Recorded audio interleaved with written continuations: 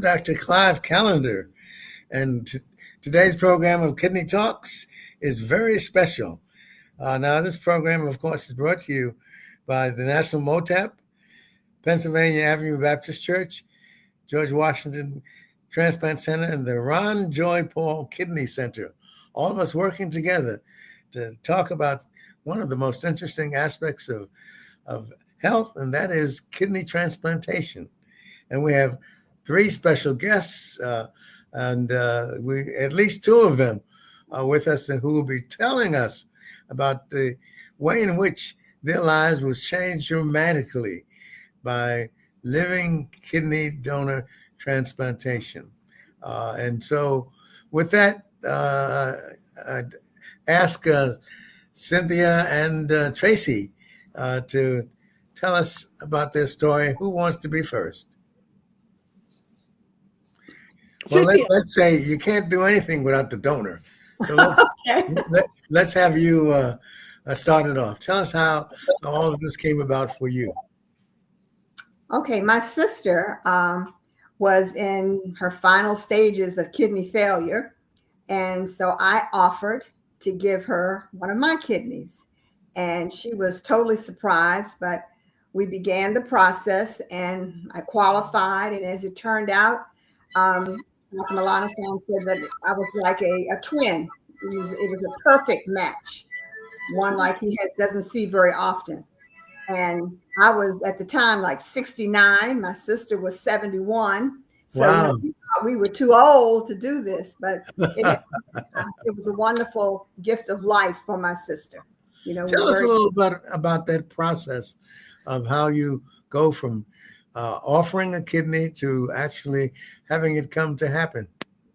Okay, we started in January of 2022, and it's a lot of testing, a lot of blood work done. What kind of tests do they do when you talk about testing? Why do they have all those tests? Any idea?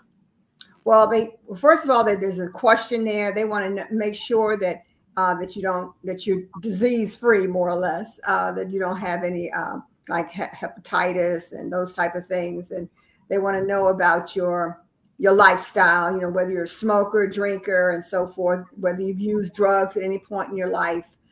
So they want to see if you are if you're healthy. They want to make sure that you're healthy. I did have, and I still have slight high blood pressure, but I had no other issues, no sleep apnea, no diabetes or anything like that. How high was your blood pressure? How high? Yeah. Was it at that time? Yeah. It was probably about 185. Asking my husband. About 175 over about 80. But I was taking medication, just one little, pill, lisinopril at that time. So it wasn't extremely high, and it was controlled. That's pretty high. Yeah. But so did they have to get your pressure down before you had the yes, donation? My pressure came down. Plus, I lost weight. How long did it take between the time that you first started and the time you lost weight enough to be the donor? Just 3 months, because I was committed. I wanted to save my sister's life. So, really, I've been dieting. That's been my whole life. Was dieting, and so, but I was committed this time because I wanted to save my sister's life, and they gave me a number that I had to come down to, and I met the number. That's amazing. Where did you do your donation? At GW Hospital. Yeah. Well, the reason I asked you is because there's a lot of places where if you come in with a high blood pressure, they just say no, goodbye, and that's it. So that it's special that you did it at GW, because that's a place when they recognize how important it is to have a healthy donor, but yet not eliminate somebody who could possibly be a donor. Now, did you have any worries about the fact that you were 69 years old and you're going to be a donor? No, not at all. I have great faith. Okay, I'm a Christian. I had prayed about it, and I had total peace. I talked with my husband and my family about it. I have one daughter that's living, and my husband, and they were supportive of it. And they know how close my sister is to me, so I wanted to help her. So I had no reservations whatsoever. It was just a driving back and forth to DC, all the testing, the blood work, and just the other things that had to be done, the other tests. So that was probably the greatest challenge. And Okay. then April 12th of 2022, that's when we had the transplant surgery. And so what was the date when you first offered to donate your kidney? Probably it was in around this time, around December, around the holidays. And we actually started everything, I think, in January of 2022. So it was basically 3 months. And then we were scheduled. It was on a fast track because of my sister's condition. And so that was in 2022? Yes. Okay. We had Peter with us for a while, but he's kind of disappeared. Right. So, Dr. Melanson is here with us. Okay. Hi. Yeah. Hello, everyone. Yes, he's a great doctor. Great doctor. Could you say it one more time? Because great doctor. Yeah. Okay. You're looking great. Keith, we've just gotten to the point where we just introduced Cynthia as the donor, as a kidney donor, and we're about ready to ask Tracy about her experience as a living kidney donor recipient. Okay. Tracy, you want to tell us about it, and then we'll turn it back over to the real moderator for the show, Joseph Keith Melanson. Oh, you're doing great. Keep going. Well, welcome everyone. Happy holidays. My name is Tracy Chavis, and I received a living kidney donation in September of 2020. And when I arrived at GW Transplant Institute for the interview process and to inquire about all the details of what I needed to do as far as next steps, I was already in stage 5 kidney disease, and I had had several doctors before that, and then had gotten like a third opinion, which is how I ended up at GW, which was interesting. It didn't have anything to do with the paperwork. It had to do with somebody recommending GW to me. And it ended up that the pre-transplant coordinator called me back quicker than some of the other centers had called. As a matter of fact, I think one overlapped with GW. So then anyway, that's how I ended up going with GW Transplant, and I'm really glad that I did. My donor happened to have been a family friend, and I had a unique transplant experience because when you hear people talking about transplants, you ask, I think it's common to ask, were you a match, this and that, but James and I were two different blood types. And so I had an ABO incompatible transplant, which was a unique situation that Dr. Melanson is known for. And, 4 years later, thank God, it's been successful. I haven't had any setbacks greatly. And here we are. And I'm happy to share my story because a lot of people are afraid to go through the testing and to get listed. Interesting. Yeah. What's interesting as I'm looking at all your beautiful faces, and Dr. Calendar will understand this. What's interesting is in each sort of way, you represent how we have tried to expand live donation. So Ms. Bolden, she donated to her sister, but she was older. And like Dr. Calendar was saying, she had high blood pressure and she was older than a lot of donors. A lot of centers would have never taken her as a donor. All right. So that's how we did that. Ms. Chavis, your donor was a different blood type, right? So a friend of the family heard your story and just decided to donate to you, but a different blood type. We're about to get to Mr. Ford. Mr. Ford was a non-directed donor. And he had I'll let him tell his story, but he had a very particular facet of how he wanted his kidney to be transplanted. In each situation, by expanding who could be the donor a little bit, it allows more people to receive transplants. I'm just going to say, because our SRTR data just came back, and Dr. Calendar knows this, but we were number one in the country for transplanting African Americans with live donors. And that percentage went up. So we went from about 46% last year, 46% of our patients that received live donors were African Americans. That was number one in the country. This year, we're at 54%. So more than half of our live donors went to African Americans. And one of the reasons why is because we've expanded how people get donors. But I'm going to go on to Mr. Ford, and you tell your story, Mr. Ford, as to how you became a live donor.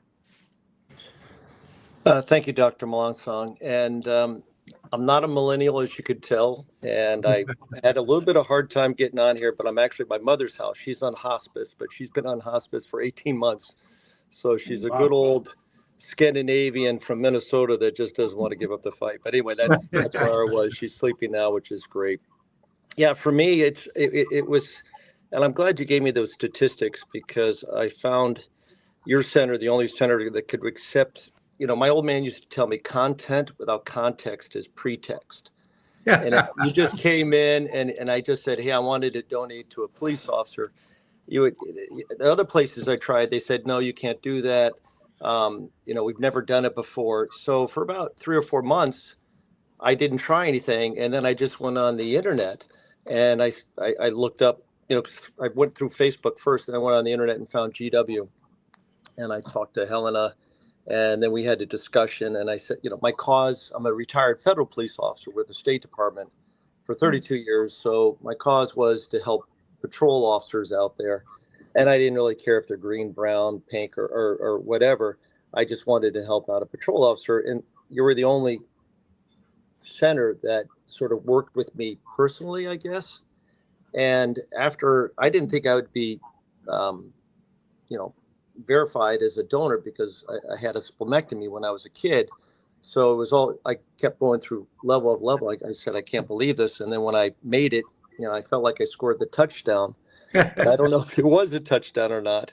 And, but it was to a police officer. And then just quickly on this, and I don't want to take up the time on how much time we have, but I didn't tell anybody when I was doing it, because first, number one, how do you tell people this? My wife is a Peace Corps PA that we met in Nouakchott, Mauritania. And eventually when I told her, she said, as she looked at all your data from the center, and she said, yeah, it looks good. Everything's good, but I wouldn't do it. So that was a little tough on that one. But after I got accepted as a donor, you had a hard time finding a retired police officer, and it didn't matter who, right? And we eventually found Michael, and it turned out to be a match. And I think that went pretty quick once there was a match on that. And Michael couldn't make it. He's at work right now. He has an emergency going on, so he sends his apologies. But okay. he said he was turned down at not GW, at Georgetown and other places. And correct me if I'm wrong, I think he had cancer of the kidneys. But it worked out really well. I'm more healthy now than I was 2 years and 3 months ago. Wow.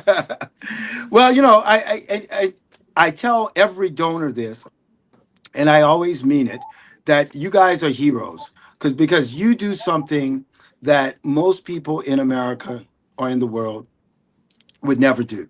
And that is, you give a piece of yourself, not for your own gratification, but to help someone else. And if it's like in Ms. Bolden's case, it was a family member. In Tracy's case, it was a friend. And Mr. Ford's case, it was a stranger. But his one caveat was, I wanted to go to a police officer. And we found a police officer, a local police officer who happened to be African American. And that's who was transplanted. And so, yeah, it doesn't matter how it happens, who you're giving to, but the fact that there are people that will step up and do what these wonderful donors have done is exactly what we need in this country. Right now, the federal government, again, I'll let Dr. Callender speak on this because he's involved in a couple of initiatives, but the federal government realizes that what we need more than anything are more live donors. And so I'll let Dr. Callender ask the next question, because he can tell you that there's a lot of initiatives there's a lot of initiatives that the government's trying to start to find out how can they find more people like Ms. Bolden and Mr. Ford and Tracy. Who is your donor again? What was his name? James Shelby. Mr. Shelby. Yes. How could I forget? And James. So where's James? Tracy, why isn't he Actually, here? he's in the audience on the call. He was trying Oh, to good. get in, and I think he's on. Oh, okay. Because I love James. He's still in But DC. yeah. So, but anyway, go ahead, Dr. Calendar. I know you want to pipe in, but this is exactly what the government wants, correct? Yeah, well, I think that the only thing that I would emphasize is that it's a tremendous story that has not been publicized appropriately. Because the fact that you actually have done something that is desirable, but very few people are doing it. You're expanding the criteria to allow more people to be donated. It's clear that, for example, Tracy said, I'm sorry, not Tracy, but Cynthia said that it took 3 months for her to donate. Actually, if you are a person waiting for a deceased donor transplant, you may have to wait for 5 to 10 years. And then when you get the transplant, you would have lost a lot of the possibility of being healthy. And so the sooner you can get a transplant from a donor, the better. And the success of living donation transplants is so much better than deceased donors. And so there's every reason why we should do as much as we can to follow Dr. Melanson's practice, that is to exhaust every opportunity to help somebody get a living donor transplant, because that's the transplant that lasts the longest and gives the best quality of life. And there's no question that, of course, if you look at the people who survive after getting transplant, look at the people who are on dialysis, it's almost 100-fold difference in terms of long-term survival. So there's every reason to want to have a transplant, but even greater reason to want to have a living donor transplant, because that's the best transplant you can have. Yeah. The initiative by the government right now, Dr. Calendar, that where they are going to HBCUs to try to identify possible transplant opportunities, live donor, deceased donor. What does that really entail? Well, it's interesting. We have a program that involves the 4 historically Black medical colleges, Meharry, Howard, Morehouse, and Charles Drew. And that is an effort to not only get people to become donors, but to become aware of what transplantation is all about and to become part of the process. One of the things that I've been aware of, and actually the person who started this, the president of Meharry, was the fact that there were so few people of color in the transplant business. When we look at the people who run transplantation, basically less than 5 people are of color. And so our effort then is to try to get more people of color in transplantation at all levels, at the donation level, the recipient level, and at the administration level as well, because this is something that Keith and I have been working at for some time, to try to make sure that transplantation is done equitably for all people of all colors and all ethnicities. And so that's one of the issues that the government is working on. And we started this effort a couple of years ago and are hopeful that not only are we approaching colleges, we're approaching medical schools, we're approaching HBCUs, nursing schools, as well as actually, believe it or not, middle schools, because we feel that the earlier people know about transplantation, the more they are likely to participate in transplantation. Of course, the unique opportunity that Dr. Melancon and that you have at George Washington University It's something that I wish more people knew about, so that when they are told no at other centers, they'll know that George Washington is a place that they can go, and the opportunity for transplantation is live donor transplantation is really maximized. Yeah. Mhm. No, thank you, Dr. Calendar. And right now I'm actually starting up this new initiative with my young colleague Alexander, that Dr. Calendar. And one of the things that we are interested in is trying to understand from the recipient point of view how recipients view the whole transplant paradigm from the beginning, because the whole live donor thing starts with the recipient, right? Yeah, of course you need these great donors, but the recipient has to see things in a certain way. So that's why I'm going to ask you a question, Tracy. When you found out you had kidney disease and knew you needed to have a transplant, how did you think about dialysis versus deceased donor transplant versus possible live donor transplant? What was going through your mind at the time? Well, thanks for asking. Interestingly, I didn't think of all of those options because all of those options weren't really presented to me in that way. It was sort of like, well, your kidneys are failing, you're going to need to go on dialysis, or, a dialysis as a bridge to transplant, which is what I was told. And in reflection, afterwards, I really thought that had the right type of advocacy had been offered to me by the nephrologist that I was seeing, or even by, a program that I could have been recommended to. If I had known then what I know now, I would have been more. I would have erred more on the side of trying to get a donor first. Like I really could have avoided dialysis. And like I think I said the last time we had the talk, with all of the things that I know now about dialysis and transplant and all of the things that come after transplant, if I really could have had this opportunity to talk to my family and educate myself on the back end, I really would have tried to get the transplant first. I wasn't afraid of the transplant initially. I think I was most afraid of dialysis because my father also was on dialysis and I saw a lot of things that he struggled with. So I automatically assumed a lot of those fears for myself. But I'm just grateful that I have the personality that I have to continue to ask questions. And I knew if I didn't get the right answers, I was going to keep going. But I think that a lot of people who had been in my situation, if they had been in my situation, might have given up. I think it's really important to have had, strong family, friend support. And I also didn't keep it to myself. A lot of people suffer in silence because they don't want to mention it. Like, oh yeah, I'm going through kidney failure. I got to get on dialysis. There's so many things that have to be put in place. And I feel like at the basic level, like when you go to see your primary care and doctor, and when you go to see your nephrologist, those things should be mentioned first. Those things should be in pamphlets first, as far as those options.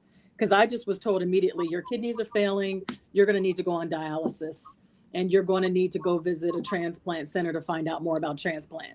The doctor did not offer that information to me first and up front.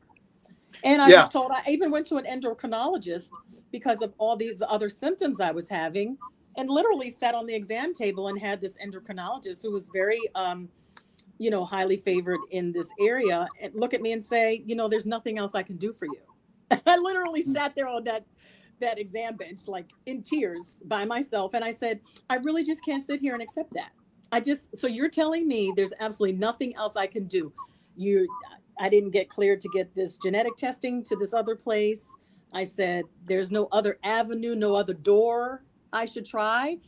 She just said, I think what you have is familial hereditary version of X. But she never said, you're in kidney failure. It seems like it could be hereditary. Let's send you here to get a genetics test. Or let me send you here to learn more. Everything that I did leading up to coming to GW, I did on my own.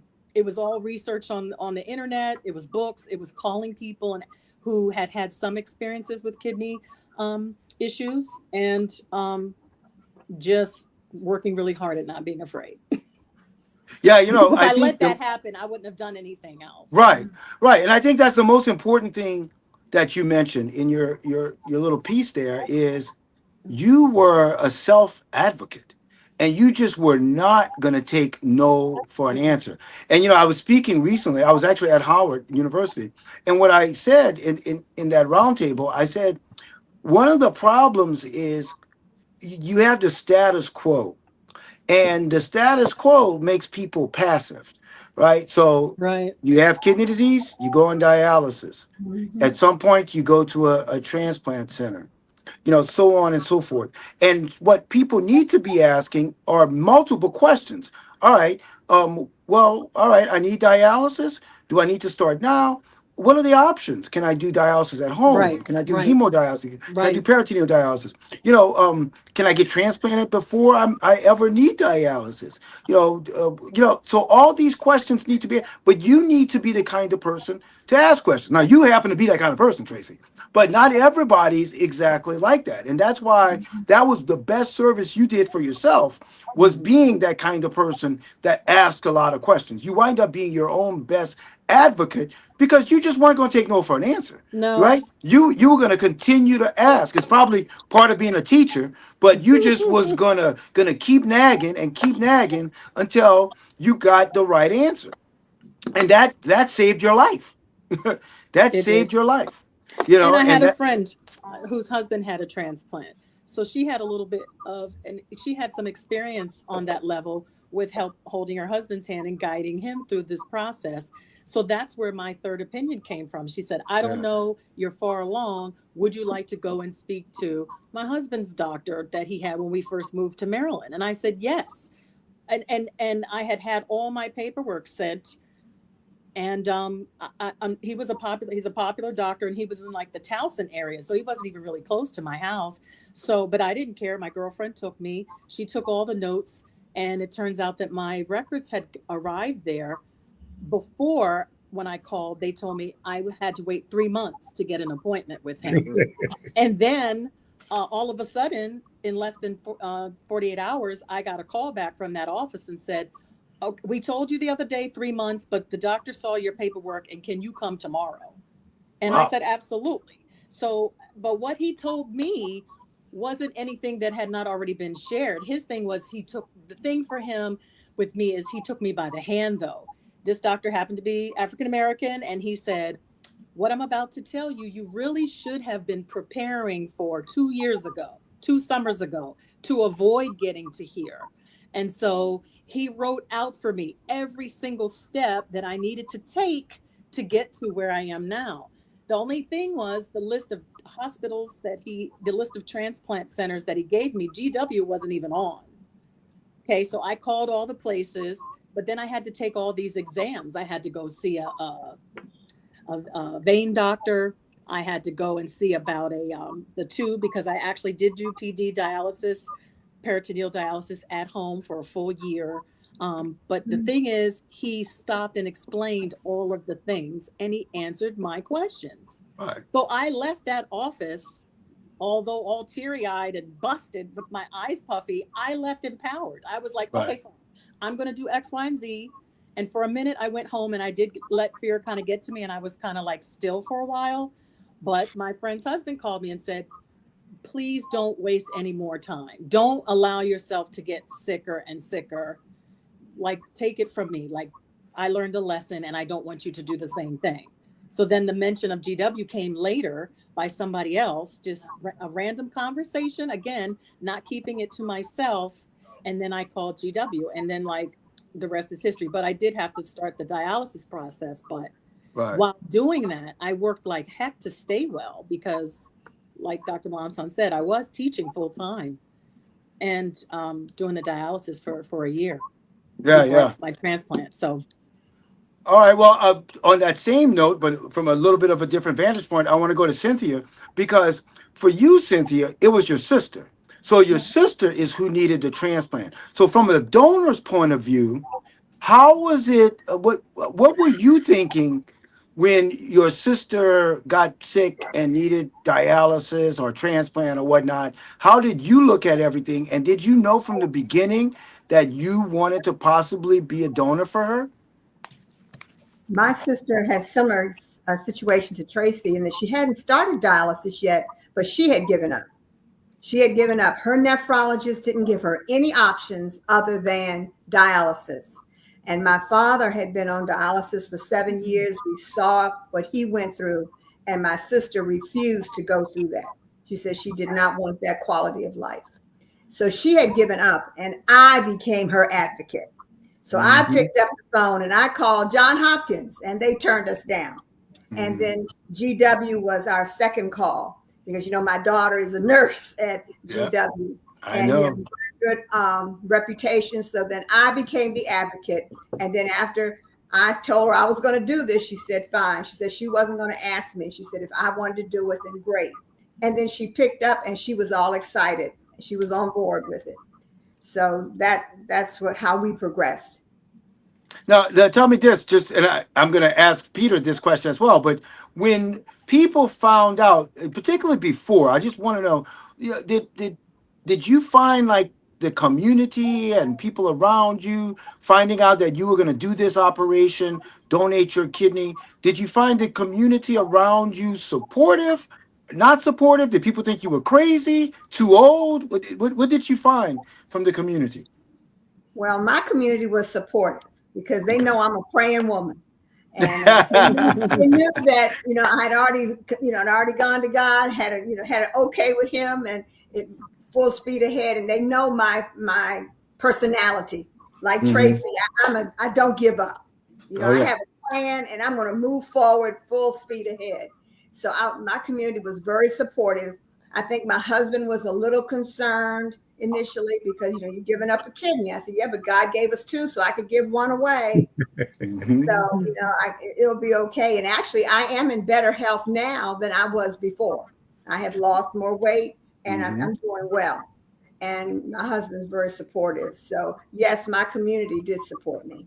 Well, I remember they also kept saying, oh, you know, you must really love your sister. I did hear that, you know, you're giving a part of yourself for your sister. Yes, I am. I know it's going to be okay. And then both of us are going to continue to live. Well, I remember the first time I met you, and there was no doubt in your mind. I mean, it was like, this is going to happen. It just shows the power of prayer and that affirmation, because you basically had gotten the message from a higher power and knew it was going to work out, even though, you know, you and your sister coming in, I mean, a little bit older, and you know, so obviously there's more concerns, but both of you just flew through the operation and did great. Yes. So yes. All right, so then Peter, I know people told you were crazy. I mean, because you this wasn't a family member, this wasn't a friend. You just out of the clear blue sky decided, I want to donate my kidney. I know people told you done lost your ever loving mind. Well, that's a good way to put it. That's why I didn't tell anybody through the whole process. I was actually at LA Fitness doing the gentleman's workout, you know, and listening to a podcast about a guy who donated his kidney at age 60. And I'm 64 this month. And I said to myself, you know, because like I said, I have a cause. And, you know, Tracy and Cynthia were talking about family members and the closeness and all that.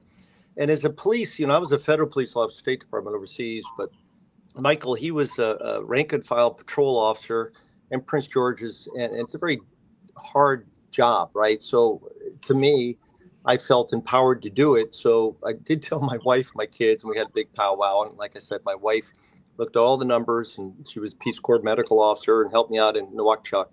Almost saved my life. And then my kids were like, Dad, and I don't know, besides a couple other people, I didn't tell anybody because I didn't want to get talked out of it, number one. I just did not deviate at all. And then when it happened, then I started telling people. And I think in my age, you know, they're thinking, how can I say this? They're thinking like the old Frankenstein movies and things like that. I hate to say it. Yeah. But it's something, I think Cynthia said that she's more healthy than before. There's two things to the folks out there that are listening. I'm more healthy. I do yoga now, and I don't take Motrin, and I drink more water. And so for me, that's the only change I've had. And and it wasn't that bad. I just wasn't. I wish I could say I had all these trials and tribulations, but I really didn't. Yeah. Well, one of the things that I had to go through personally, and I'll get Dr. Calendar's take on this, but I remember years ago, I was talking to a young lady who was going to be donating her kidney, and I'm telling her the normal things I tell a donor, and she said, "Doctor, I want you to answer a question, and I want you to be honest," because I had already told her about my family, and she knew I had 4 kids, and she said, "If one of your boys was sitting where I am, would you tell them the same thing?" And it really blew my mind when she asked me that question, because it was a perfect question for me, and I had this kind of crisis, because I was like, I hope I would. I hope I really would, because how can I tell anybody that it's okay to do this if I don't think it's okay for myself or for my family? And I remember that night when I was at home, I really tossed and turned in bed that night. And I asked God, I said, "Look, I want you to let me know if I'm being a hypocrite, because I know how tough it is. I mean, I love my boys. And if one of my sons came to me and say they wanted to do what Peter did, how would I really tell them? Would I say, Joseph is my oldest son. Joseph, you know what? Yeah, go ahead and do this." And like I said, it was a real crisis for me, and I had to pray on it.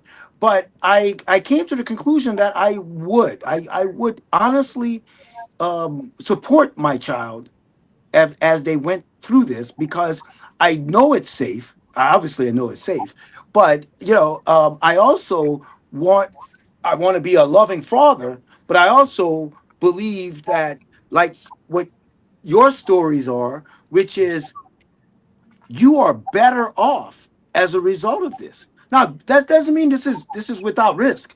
Look, this is major surgery. It's definitely risky. But that's what makes you guys heroes, because you took that risk for someone else. So that's the conclusion I came to, but it wasn't easy. I didn't just say, "Oh yeah, oh yeah, of course I would tell." I said, I hope I would, because I know it's safe. But I had to kind of go into that zone and look inside and come to the conclusion that, yeah, I would support them if they told me they wanted to donate in a non-directed fashion. But anyway, Dr. Calendar, I mean, I know you've done a lot of work. Your whole program is about being healthy, not only physically, but emotionally, spiritually. And that's pretty much what you hear from Cynthia and Peter, is that after this journey of having something ripped out of their body to save somebody else, that they're in better shape. But that goes along with your philosophy, right, Dr. Calendar? It isn't giving that you receive. It is in pardoning that you're pardoned. It's in dying that you're born to eternal life. So this is what it's all about. It's all about love, LOVE. And I think that sums it up. The love that we've seen here in the part of Peter and Cynthia is something that is so beautiful to behold. The thing that actually, though, is on my mind is how do you get the recipient? You mentioned this before, in a way. How do you get the recipient to really have the audacity and the nerve to ask somebody to become a donor for them? Yeah. Because I think that's one of the hardest things to do. Because we have a tendency to not, just as you mentioned, I remember many of my potential donors were fathers, and they did not want their children to donate for them because they feared for their lives. And so I wonder, the recipient, how did you feel about asking somebody to be a donor for you? It was a matter of life or death, so that superseded all the doubts that I might have had, right? I was instructed by another friend who had a transplant to write this letter. And I was like, of all things, what do you say? It's like, hey, hey, Joseph, how you doing? It's been a long time. Hey, do you think you might be able to give me one of your kidneys? So I played around with it. I kind of like role played with my family, typed out something, took it to my friend to show him, and he said, "This is great. You should stick with this." And I asked the office at GW for some pamphlets and stuff, and I put them inside of like an envelope, wrote this letter, and I said, and you don't necessarily have to get back to me directly. I put the contact information there. I tried to make it like really formal and professional, but it was challenging at first. But you know, pride is something, but so is death. And I was rolling into transplant 4% function, so I was like, I don't have anything to lose, but somebody could tell me no, and I'll just keep going. You know. Yeah, and I wonder what percentage of people out there who actually need a transplant are afraid to ask because they're afraid of rejection. You know, we as transplant surgeons deal with rejection all the time, but it's not so easy when you're personally rejected. Right. And my back was against the wall. I didn't really have any time I just had to go ahead and do it. You know, feel the fear and do it anyway. I had to. Like I said earlier, had I known earlier in the process, I probably would have gone a different route. But nonetheless, I still would have had to ask someone. Well, the reason I bring that up is because one of the things that bothers me is the fact that when you're over 45 and you're a person of color, they don't do urinalysis and test for protein. And this is the earliest time that you can tell you have kidney failure. But that's something that is not done commonly. And that would be the time that you could find out early that your kidneys are problematic and that you can actually reverse some of the kidney dysfunction and also be notified early so that you can search for a donor, as you mentioned, and avoid the need for dialysis. So that's something that's always been in the back of my mind. That's something that the Ron Joy Paul Kidney Center and MOTAP have been working with George Washington to do, to get people to understand that an ounce of prevention is worth a pound of cure. And the earlier we can make a diagnosis of protein, of kidney loss, if you lose protein, that's the earliest sign of kidney failure. That's the time to really begin the process. And that's something that we're working on and something that needs to be done more of. Yeah. And, you know, that's a great point, Dr. Callender, because for people with kidney failure, time is of the essence. And Tracy mentioned it, but obviously the best time to get a kidney transplant is actually before you're on dialysis. So if you get diagnosed early and you start to get your ducks in a row, you can be transplanted before you're on dialysis. The one I did a transplant day before yesterday, and in that case, this gentleman got a transplant from his daughter. We were able to set up everything, get him transplanted, and he's never seen dialysis. So that's the best case scenario, not only because he never goes on dialysis, but those are the very, very best outcomes. In the minority communities, particularly African Americans, we tend to be very, very secretive about our medical problems. And that's a problem, right? Dr. Callender knows this, but I did a study. I was part of a study years ago when I was at Johns Hopkins. And in that study with the great Ebony Boer, what we did was we took these little groups of people, of patients. So Asian patients, Hispanic patients, African American patients. And we wanted to find out people that needed kidney transplants, how do they have communications with the people that's in their circle?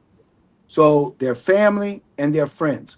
And what we found was, of those groups, the white patients were most likely to have conversations with their family and friends about their disease. So even before they get to the point that Tracy got to in writing that letter, they already have informed their family about what they're suffering insofar as their medical problem. Followed by the Hispanic patients and then the Asian patients. So guess who was dead last? It was African American patients. So you had African American patients that did not even tell family members, I'm talking close family members, that they have a problem. We're not even getting to the point of mustering up the courage to ask somebody for a kidney. We're Right. just saying, oh, by the way, I'm on dialysis. I Right. mean, brothers didn't know their brother was on dialysis, right? And so that's the first step. You know, I tell this joke that black people don't talk to their families about their medical problems, and white people will go up to a stranger in Starbucks and say, oh, by the way, I'm going to get this flat white coffee, and I have kidney disease, and you look pretty healthy. I mean, you know, I mean, I mean, it's like a total thing, right, Peter? Peter, this happens all the time, right? I mean, people in Starbucks talking about, you know. So I just one of the things we have to overcome is that distance because it's mind-boggling when you look at who donates. Dr. Calendar's great work, I mean, his life's work, right, is that on the deceased donor side, we, black people, we used to never donate. And now we donate at a rate greater than every other ethnic group. So for deceased donation, we fixed it.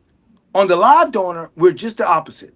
We do not donate live donor for the most part. And I think that the first step is this conversation. And that's why, you know, what we're trying to do and what Alexander and I are going to want to do in this new project is we're trying to shop what we do here. We're trying to push it out to the country because we know that you got to obliterate the status quo.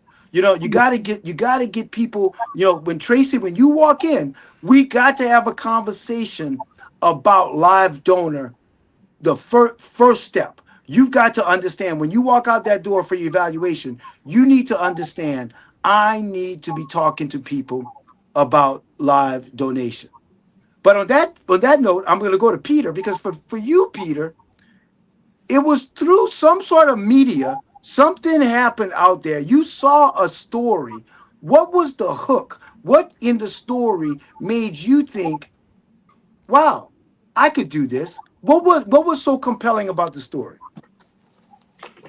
That's a great question. And a little side note before I tell you that, you know, I was at the dentist after I donated the kidney, and you ran that commercial, and the receptionist at the dentist office said, and she asked me, she goes, "My husband needs a liver transplant.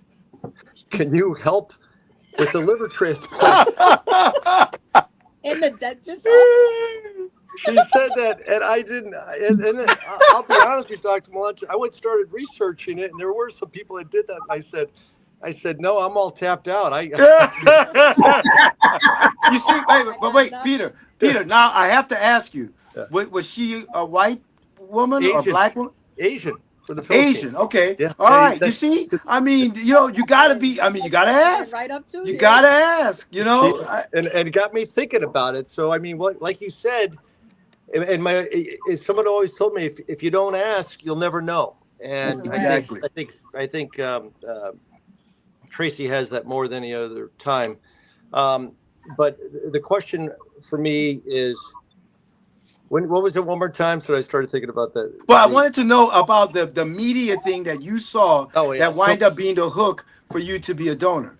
So I know exactly what it was. I was doing the lat pull down. It was the gentleman's workout. It was during. Yeah. No, that's a tough one. Yeah, but I'm looking at I'm trying to learn too at the same time, which really doesn't work on TED Talks. Yeah. And I don't know what it was, why I turned on the kidney thing. I'm like, oh, no idea. And then I this is what happened. If you ask, I was coming down and I said, and my cause was a police officer, right? We're like the thin blue line. And like I said, and we have our brothers and sisters out there. And all of a sudden I was coming down. I was like, well, maybe I could do that. Because the guy was older. He was 60 and I was 60. Right. Yeah. And I said, maybe I could do this. And then I just started researching. And that's where I got into the part where I went through the Facebook group and they thought I was some other kind of person. And they said, no, you can't do this. And so then I stopped for a couple things. Yeah. And then just a little other side note on that with the police thing. You guys couldn't find a police. I mean, I passed. I got the touchdown. It was a good, healthy donor possibility. But and you said, maybe, you know, we could switch it around. I said, and my favorite quote was, no cop, no kidney. And you guys found one and talking to Michael, and he really wishes he could be here. And he's a friend of mine, and he's healthy, he's still working, and he's got 3 or 4 kids. I think someone had 4 kids there. and it's just a real. I'm okay talking to him, no issues. But when I talk to his kids, that's when I get emotional. That's the only time I get emotional. Oh yeah, I remember when you guys all met, because just for the audience to understand, you, even though you knew it was going to a police officer, you didn't know who the person was, and we kept everybody anonymous, and so you didn't really meet him, even though you guys inadvertently did meet, but you didn't know that you were donating to him, and you met afterwards. Yep. After the operation, and it was very emotional. Talk about that. Yeah, and then you guys put the, I asked if I could meet him, and then you said, well, we don't know until we ask him, and then they said yes, and then we met at the facilities down there on K Street, and that was an emotional moment. His wife was there, my family was there, and it was really interesting. And we stayed in touch, and he's a Gonzaga High School grad. And so we went to a football game. I got my nephews go there, and it was a lot of fun going to a football game there with him. And it's just, yeah. That's why you do it. Yeah. I'm not getting emotional, but yeah, that's why you do it. Right. No, it was beautiful, and you don't know this, but when we were looking for the right fit for you, I remember having some great discussions with my team, because they were like, I was like, we got a police officer? They were like, well, we have some federal agents. We have some people, security guards. Well, I was like, well, do they carry a gun? I was like, I think they need to carry a gun, and then we found the right thing. But yeah, we found some like mall cops at first, but we found a real police officer. And Thank you. Good. But yeah, look, and I think Dr. Callender would say the same thing, but you guys are the best part of what I do. And I was in an operation the other day with a medical student, and I said, this just never gets old. It never gets old, because it's giving life. I mean, when you give a kidney, you're giving a kidney, but you're really giving a person life. I was explaining to someone today in an evaluation. I said, if you chart out statistically people's life expectancy, basically a man in the United States today is expected to live into their early to mid 70s. African American men are the shortest, then white men, then black women, then white women, and you can chart it out, right? Who's going to live how many years? Well, once you have kidney disease, it starts to go down a little bit when you have kidney disease, but once you're on dialysis, it drops dramatically, right? And that's the point. It's a race against time once you are on dialysis. Right. So when that person comes forward, like Cynthia, like Peter, like James, when that person comes forward and they give you a kidney, they're not just giving you a kidney. They're not just making the quality of your life better. They are, because that's even more so. The quality of the person's life on dialysis gets a lot better when they get a kidney transplant. But the most important thing is they are giving you life. And particularly a young woman like you, Tracy, you get even more of a bump. So the younger you are, the more of a bump in life. So James gave you more than a decade of life, right? And that's what this is all about. And that's what makes it so absolutely beautiful. Right, Dr. Callender? I want to give you the last word on this, because that you've done this for a lot longer than anybody else. And look, I just talked to you guys about average life expectancy. Dr. Callender just had a birthday. How old are you now, Dr. Callender? 88. Wow. 88. I mean, that's way beyond the life expectancy. A black man is supposed to live to about 74. That's like 14 extra years. It's like, remember when Hezekiah, I know Dr. Callender knows the Bible. Hezekiah was on his deathbed. And he was gone. Isaiah came to him and said, I hope you're right, because you go into the next world. And Hezekiah was sad, and he said, I don't want to die yet. And God gave him another 15 years.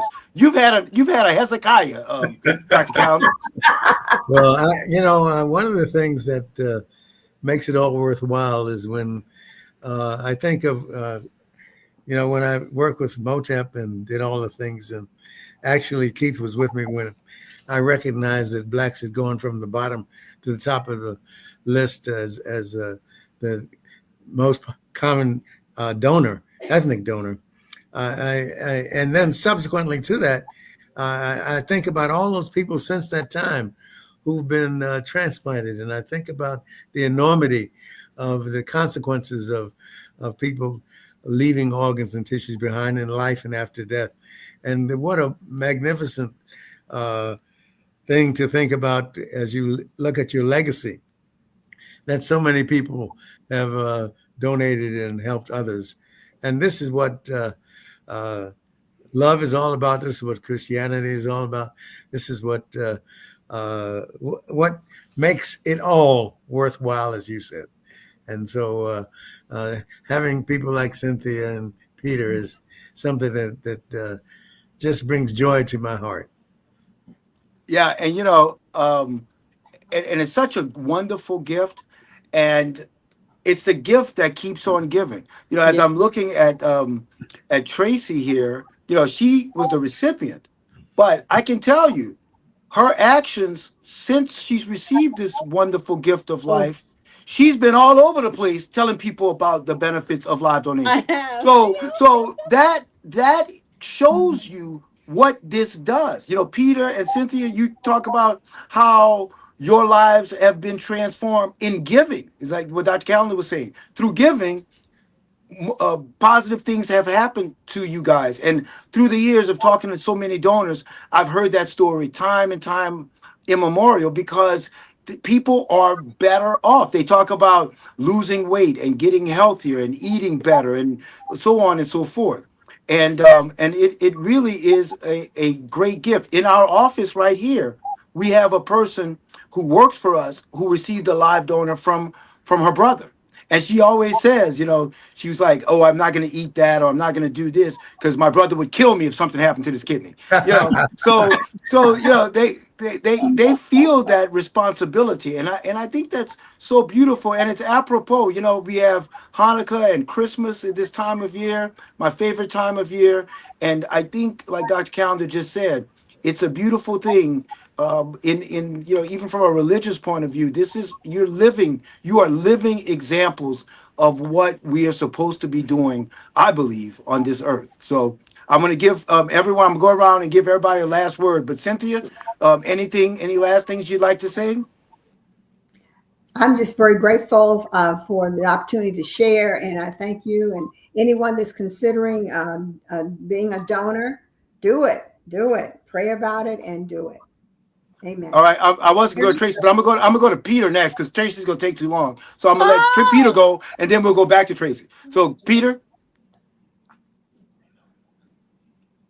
you must be on mute. I would, yeah. Okay, I got my yeah. mother here. Yeah, if you're thinking about donating, I would go through GW just because it's more personalized than the rest. I actually liked you guys a lot, and it was just a lot of fun. So my recommendation, if you're thinking about donating, I think it's and I'm pretty good at this. I very thumbs up-ish on GW Transplanteds too. Thank you, Peter. Thank you. And now we say the best for last, Tracy. Come on, bring us home. Bring us home. You're playing games. If anyone in the audience that is listening is experiencing any of these illnesses, is going through dialysis or waiting for transplant, just don't give up. And if you're stalling, don't waste any more time. Your life is important and time is of the essence. And a motivating factor that I'd like to share, a fact, is that going into the surgery to receive a transplant, I was at 4% kidney function, and my last GFR on my last blood test a couple of weeks ago was 76. Wow. It's great. So wow. It speaks for itself. Yeah, and so just for the general audience out there, I will tell you that most people on most tests, if you're above 60, you're considered completely, totally normal. So for Tracy to have 76, that's way above normal, and that is awesome. Great. I am grateful. Yes. Dr. Callender, come on, take us out, Dr. Callender. Well, I think that this program typifies what can be done.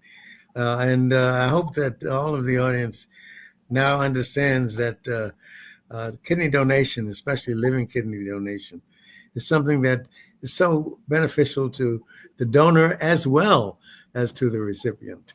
And those of us who are on the other side of it as the surgeons and nephrologists and life givers, we take great pleasure in the fact that we can put the donor and the recipient together, and the end result is advanced lives for both the donor and the recipient. And I thank you, Keith, for the opportunity to work along with you in this regard. Another great topic. Okay, thank you, Dr. Calendar, and thanks everyone. I'm not normally the host. I'm usually just a panelist, but this was fun. I don't know if I'm going to let Rev come back. This was good. But I think that this is a great show to go out there in the airwaves because, like I said, it's what I am most proud of is to be associated with people like you. And I really, really appreciate everything you guys have done. And hopefully this message will reverberate and get a lot of other people that need help, good help. So Merry Christmas, Happy Hanukkah, Happy Holidays to everyone out there. Same to you as well. Stay Thanks, well, everybody. All right.